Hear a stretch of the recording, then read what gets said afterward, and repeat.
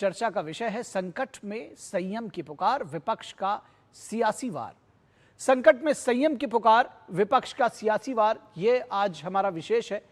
और इस विशेष चर्चा में भाग लेने के लिए खास मेहमान हमारे साथ जुड़े हुए हैं, उनसे हम आपका परिचय करा दें। हमारे साथ डॉक्टर कौशल कांत मिश्रा, जो कि बीजेपी के प्रवक्ता हैं। डॉक्टर साहब, बहुत स्वागत है आपका। विजय कौशिक, कांग्रेस के नेता है। विजय जी, बहुत स्वागत है आपका। डॉक्टर अमित कपूर, जो कि अर्थशास्त्री हैं, हमारे साथ जुड़े हुए हैं। बहुत स्वागत है अमित जी। और साथ ही साथ शेखर अय्यर, जो कि वरिष्ठ पत्रकार हैं। शेखर सर, बहुत स्वागत है आपका भी। अगर डॉक्टर अमित कपूर, आपके साथ हम शुरुआत करना चाहें और ये समझना चाहें कि ये जो पूरी वैश्विक स्थिति है, किस तरह से भारत पर इसका असर पड़ रहा है, और ये जो क्लैरियन कॉल प्रधानमंत्री ने किया है, इससे क्या कुछ असर पड़ेगा और कितना जरूरी है ये? देखिए, इसमें 2 या 3 चीजें समझनी बहुत आवश्यक हैं कि जैसे हम तेल की बात करते हैं, जो हम तेल का आयात करते हैं, तो तेल का आयात एक 90% जो है हमारा जो तेल है वो बाहर से आ रहा है जी। और खासकर जो हॉर्मूज के अंदर जो क्राइसिस है, जो ईरान वॉर के कारण है, वहां से 20% जो दुनिया का तेल है वो हॉर्मूज से निकल रहा है जी। तो उसके कारण जो सप्लाई है उसके ऊपर काफी सारा संकट आया हुआ है जी। और उसके कारण जो आपकी प्राइसेस हैं वो भी बढ़ रही है। वो एक चीज तो वो बहुत बड़ी है जी। और उसी तरह से जो लिक्विफाइड नेचुरल गैस है उसका भी जो लगभग 80% जो फ्लो है वहां से एशिया की तरफ आता है, एलएनजी का। और जो पीएनजी है उसके ऊपर भी वहां से आपके सामान आ रहा है। तो अगर हम ये सिर्फ ऑयल के ऊपर और सिर्फ तेल के निर्यात के ऊपर देखें और जो फर्टिलाइजर के निर्यात पे देखें, हम उसके जो हम सॉरी जो इंपोर्ट करते हैं उसके ऊपर देखें, तो उसके अंदर ये रहा कि इंडिया को इसके ऊपर संभल कर चलना पड़ेगा जी। और ये जो क्राइसिस है ये इंडिया का बनाया हुआ नहीं है, ये समझना बहुत जरूरी है जी। ये जो क्राइसिस है ये मेरे हिसाब से डोनाल्ड ट्रंप साहब का बनाया हुआ है, क्योंकि एक बिल्कुल अनावश्यक किस्म की वॉर है जो उन्होंने क्रिएट करी। और उसके कारण सारे दुनिया के अंदर यहाँ एक वैश्विक संकट आया हुआ है जी, और इकोनॉमिक संकट है। तो उस परिस्थिति के अंदर हम क्या कर सकते हैं? उस परिस्थिति के अंदर हम लोगों को एकजुट होकर इसका सामना करना पड़ेगा जी। जो सरकार कह रही है जी, जैसे जो हमारे प्रधानमंत्री जी ने कहा कि हमारे को अपना तेल का जो है यूज कम करना चाहिए, तो वो कॉल, उसके अंदर कुछ गलत नहीं है जी। और उसके बेनिफिट अलग किस्म के हैं। उसका जो बेनिफिट ये है, क्योंकि हम जब इंपोर्ट करते हैं तो हमारे डॉलर के ऊपर प्रेशर है। जैसे आप अपने रिपोर्ट में भी कहा, अगर हम गोल्ड ले रहे हैं तो उसके इंपोर्ट करेंगे तो उसका भी डॉलर पे इफेक्ट होगा जी। जी। तो जो हमारा यहाँ जो रुपी है उसका जो डिप्रिसिएशन है वो बढ़ता जाएगा जी। उस कारण से उसको रोकने के लिए हमारे को ये कुछ ठोस जो है कदम लगाने पड़ेंगे जी। और ये जो क्लैरियन कॉल है, मुझे ऐसा नहीं लगता कि ये क्लैरियन कॉल जो है ये एकदम हवा के अंदर है। इस तरह का एक क्लैरियन कॉल लाल बहादुर शास्त्री साहब ने भी दिया था जी। 1960s के अंदर। क्योंकि जब खासकर जब हमारे यहाँ खाने की थोड़ा सा दिक्कत हुई थी, तब उन्होंने कहा था एक वक्त का खाना हम अगर छोड़ दें तो देश के अंदर फायदा होगा। उसी प्रकार की ये चीज है जी। अगर हम एकजुट होकर एक सामूहिक ताकत की तरह खड़े होते हैं तो इसका बहुत फर्क पड़ता है। जैसे आज एक कंपनी ने, जोमैटो या किसी ने ये कहा दिन में कि हम सिर्फ एक दिन काम जो है ऑफिस से नहीं करेंगे, वर्क फ्रॉम होम करेंगे। उसका जो कारण जो है लगभग $30,000 उस दिन का आपका सेविंग होता है जी, आपका तेल के ऊपर। तो अगर हम कलेक्टिव एक्शन लेते हैं तो उसका बहुत ज्यादा आपके ऊपर जी बेनिफिट आने वाला है। जी जी जी, निश्चित तौर पर। और आपने जो बात प्रधानमंत्रियों को कही, पंडित नेहरू से लेकर के लाल बहादुर शास्त्री से लेकर के इंदिरा गांधी, डॉक्टर मनमोहन सिंह तक, एक लंबी फहरिस्त है जब इस तरह की कॉल्स, इस तरह के अपीलें की गई हैं और देश की जनता ने उनको कई बार सुना है, माना है और बिल्कुल खुले मन से साथ दिया है। तो संकट का समय है। अगर विजय कौशिक जी, तो इसमें जिसको कहते हैं कि आपदा में अवसर ढूंढना और इसमें सियासत शुरू कर देना। प्रधानमंत्री ने कहा कि देशभक्ति का तरीका सिर्फ ये नहीं कि आप जाएं और बॉर्डर पर अपनी जान दे दें। देशभक्ति का तरीका ये भी है कि अगर संकट का समय है तो एकजुट होकर उसका सामना करें। और सामना करने के तरीका भी उन्होंने बताया कि अनुशासन और संयम। इसमें दिक्कत क्या है?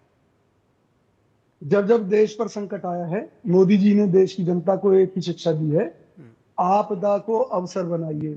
और आज अगर हमारी पार्टी भाजपा की आपदा को, देश की नहीं, भाजपा की आपदा को अवसर बना रही है, तो दर्द क्यों है भाजपा के?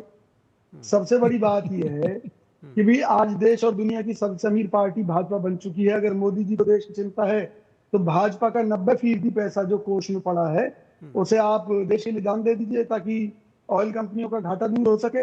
आप घोषणा कर दीजिए भारत सरकार का कोई मंत्री विदेश यात्रा नहीं करेगा। प्रधानमंत्री जी का तो जरूरी है खैर आना जाना, तो उन पर रोक नहीं होनी चाहिए। उन्हें घोषणा कर देनी चाहिए कि जो सांसदों की कैंटीन है उसमें ऑयल का सिर्फ 10% इस्तेमाल होगा। तो ये जो जरूरतें हैं ये पहले सरकार को खुद घटानी होंगी। एक एक अधिकारी, एक एक नेता, इनकी वीवीआईपी मूवमेंट्स पर कितनी सिक्योरिटी चलती है, इनके साथ कितनी गाड़ियां चलती हैं, वो काफिले बंद होने चाहिए। तो अपनी गिरेबान में झांकने के बाद में तब भाजपा को हमारे ऊपर यह आरोप लगाना चाहिए कि हम आपदा में अवसर ढूंढ रहे हैं। अरे भाई, जब आप आपदा को अवसर बनाकर देश को लूटोगे तो उसका विरोध करने के लिए हमें भी जो बन पड़ेगा हमसे, हम करेंगे। नहीं, ये एक चीज आपने शुरुआत में कही, मैं सोच रहा था कि आप कुछ और दूसरी लाइन पे आगे बात करेंगे, लेकिन आपने कहा कि ये बीजेपी के लिए आपदा है, देश के लिए आपदा नहीं है। इसको थोड़ा एक्सप्लेन करिए, ये कैसे? देखिए, बीजेपी के लिए आपदा ये है कि बीजेपी एक लंबे समय से देश की जनता को बेवकूफ बना रही है। होमबुर्ज की घटना तो एक अब की बात है, इससे पहले भी रुपए की जो गिटी, क्या ये वैश्विक संकट नहीं है विजय जी? क्या ये वैश्विक संकट नहीं है? आप इसको वैश्विक संकट नहीं मानते? अगर देश की विदेश नीति फेल होने के कारण देश में ऊर्जा का संकट पैदा हुआ है तो ये वैश्विक स्थिति। क्या हॉर्मुज स्ट्रेट बंद नहीं है? क्योंकि नहीं, मैं कुछ फैक्ट्स पूछना चाह रहा हूं आपसे। क्या हॉर्मुज स्ट्रेट बंद है या नहीं है, या वहां से मतलब जहाजों का आना जाना मुश्किल हो रहा है? पूरी दुनिया के लिए हो रहा है, पूरी दुनिया के लिए हो रहा है, ये फैक्ट है। मैं ये कहना चाहता हूं, होर्मुज जो दिख रहा है वो भारत की कूटनीति और विदेश नीति के फेल होने के कारण ये हालात बने हैं। अच्छा। अगर सरकार की विदेश नीति ठीक होती तो आज हमारे पास और भी रास्ते होते। मतलब आज मोदी जी जो कहते हैं देश में उसका उलट काम हो रहा है सारा का सारा। ठीक है, आप एक तरफ वाहनों की बिक्री पर कोई रोक नहीं लगा रहे। सर, आपकी बात समझ गए, लेकिन एक बात हम आपको बता दें कि प्रधानमंत्री ने जो आपने कहा ना कि संसद की कैंटीन में रोक लगा देंगे, तो ये भी ध्यान रखिएगा कि ये नहीं, सुनिए तो सर, ये सबसे बड़ी बात है कि प्रधानमंत्री ने कोई सरकारी आदेश नहीं जारी किया है, लोगों से अपील की है। मानना ना मानना आपके ऊपर है। नहीं, सुनिए तो पूरी बात। और दूसरी बात जो आपने कहा कि ये बीजेपी का संकट है और हॉर्मुज स्ट्रेट से वहां पर बम और मिसाइलें बरसाई जा रही हैं। आप कह रहे हैं कि उस बीच में, और वो जो भी जिन लोगों के जहाज पास हो रहे हैं उनमें से भारत के भी जहाज पास हो रहे हैं। बहरहाल इस बात का जवाब जो है मैं चाहूंगा कि डॉक्टर कौशल कांत मिश्रा दें। डॉक्टर कौशल कांत मिश्रा ये कह रहे हैं कि आर्थिक संकट जो है वो आप लोगों की नीतियों की वजह से या सरकार की नीतियों की वजह से क्रिएट हुआ है, दरअसल संकट है नहीं।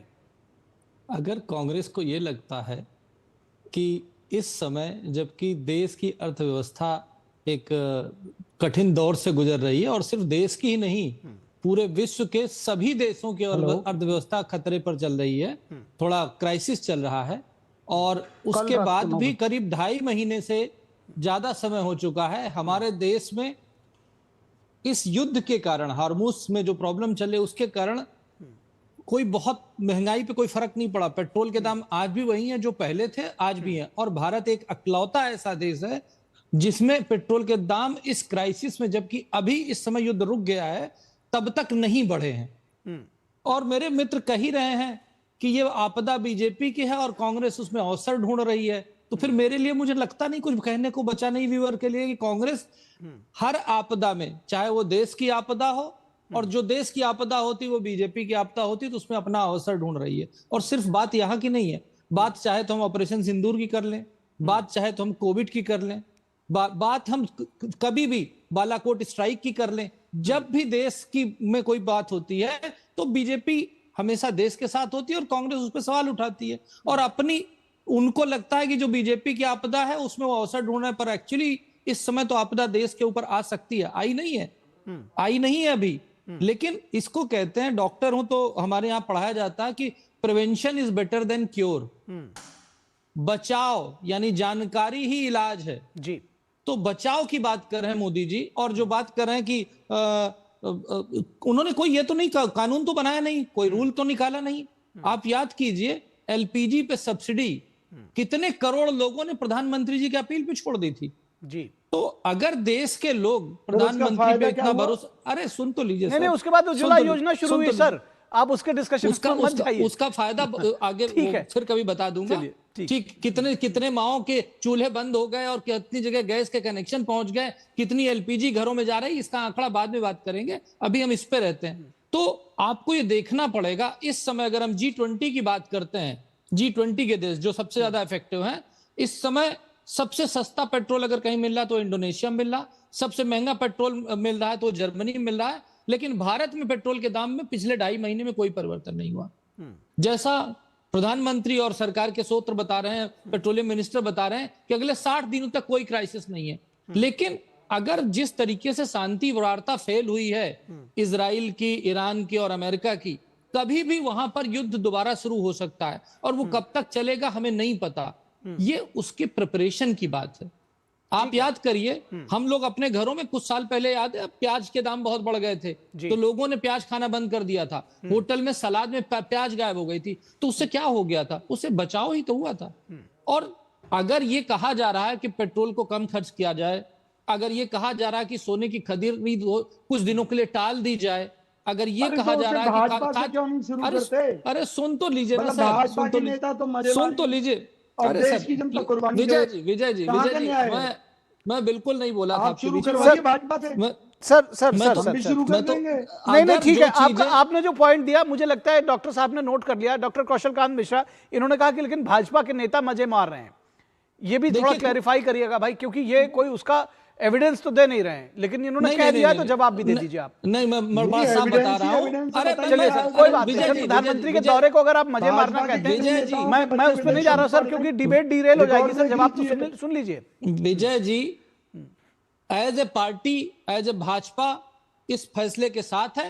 कुछ लोगों से गलतियां हुई होंगी तो उनको आगे समझना पड़ेगा। अगर कोई गलती हो गई तो मैं मान के चलता हूं, कोई भी नेता हो उसको इस तरीके की जो प्रधानमंत्री ने एडवाइस की है तो उसको फॉलो करना चाहिए, क्योंकि अगर हम ही नहीं फॉलो करेंगे तो कोई नहीं फॉलो करेगा। तो मैं मानता हूं विजय जी आपकी बात कि प्रधानमंत्री की एडवाइस को सबको फॉलो करना चाहिए, और हम बीजेपी के कार्यकर्ता हैं, संगठन की बात है और संगठन में हम सबको फॉलो करना चाहिए, हमें करना चाहिए। पर कुछ एक्सेप्शंस हो सकते हैं तो उस पे मत जाइए, पर मेजॉरिटी। और देखिए, फॉरेन रिजर्व हमारे देश का आज से 3 महीने पहले, फरवरी के पहले, आजाद भारत का सबसे ज्यादा था, करीब 728 बिलियन था जी, जो युद्ध के दौरान घट करके 690 बिलियन हुआ।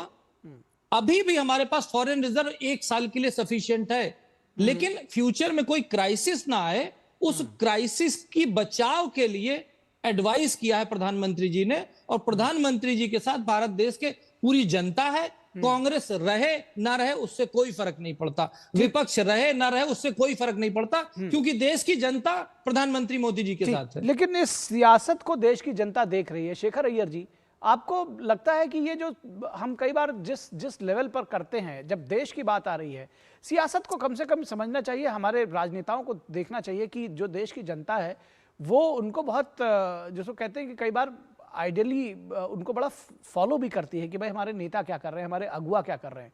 तो कम से कम ऐसे संकट के समय में राजनीति को थोड़ा इससे ऊपर होना चाहिए। बिल्कुल, देखिए ये बड़ा कॉमन सेंस की बात है। अगर आपके परिवार में कोई संकट आ रहा है, आर्थिक संकट, तो आप खर्चा कम नहीं करते। बिल्कुल ठीक। अब ये कहना भाई आपदा में अफसर में आपदा, अब आप कह रहे हैं भाई देश के सामने एक आपदा है तो कांग्रेस के लिए अफसर मिल रहा है। उसके बाद क्या होता है, जब चुनाव आते हैं तो लोग अफसर ढूंढते हैं आपको हराने के लिए। मैंने कहा अगर भाजपा के सामने एक आपदा है, भाजपा ने सर आएंगे, विजय जी आएंगे, इसके बाद अभी आएंगे विजय जी आएंगे। आप अपना पॉइंट ध्यान रखिए, अदरवाइज जो लोग बोल रहे होते हैं वो उनका पॉइंट जो है वो होता है। आपकी ये नीति की वजह से ही आपको चुनाव में पराजय सामना करना पड़ रहा है, क्योंकि आप जो नीति ले रहे हैं आप समझ नहीं पा रहे कांग्रेस के हित में क्या है, देश के हित में क्या है और लोगों के हित में क्या है, आज तक समझ नहीं पाए। एक जब भी ऑपरेशन सिंदूर हो उससे पहले भी हर बात पे आप एक लाइन ले रहे।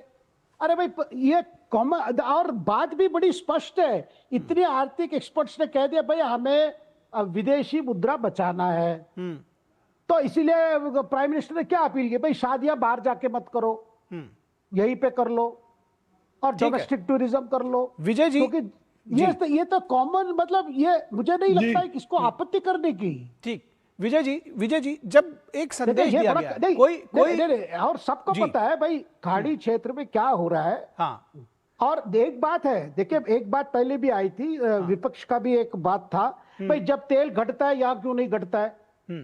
अब बताइए, पिछले ये जो मामला चल रहा है ईरान, ये जो युद्ध के बाद, देखिए हर आपने भी गिनाई अमेरिका में कितना बढ़ा है बैरल, कितना बढ़ा, कई जगह 50% बढ़ा है, कई जगह 30% बढ़ा है जी। लेकिन इस पीरियड में जो पेट्रोल का दाम और डीजल जो हमारे ये केवल मतलब जो कंट्रोल करके जिस तरह किया है, वो कहां से उसके लिए ये कहां से सेव करके रखे थे? ठीक बात उस है। समय की आज समय की है। हाँ। देखिए कांग्रेस को पता है, ये नहीं है कि कांग्रेस, और जो 2013 में जब चिदम्बरम ने कहा था कि भाई ये सोना मत खरीदिए, वो क्या था?